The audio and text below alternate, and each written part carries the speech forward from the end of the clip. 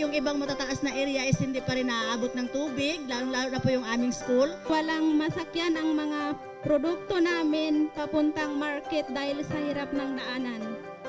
Sa ngayon po naabot namin at naibibigay din po no, sa tulong ng ating mga partners yung mga pangangailangan ng komunidad. Lahat po yan ay tinatanong naming biyaya na hindi po namin ine-expect na darating sa panahon ngayon. Maraming salamat po sa inyo sa biyaya po na binigay nyo sa amin.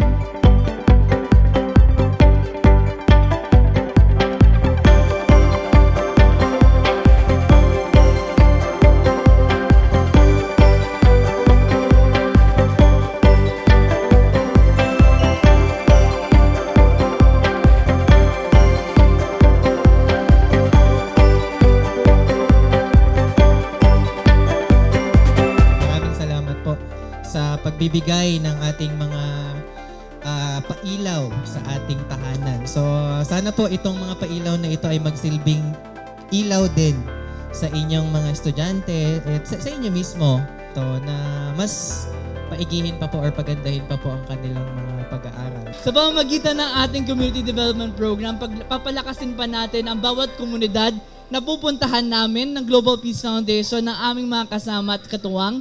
At kayo ang simula nito. Kayo ang magiging modelo ng bawat komunidad na pupuntahan namin ngayong taon. Maraming salamat sa inyong pagtanggap sa amin at sa pagtanggap ng hamon namin na baguhin ang kinabukasan nyo. At sa 3 taong pagkasamahan natin, gusto namin makita kung paano kayo magbago.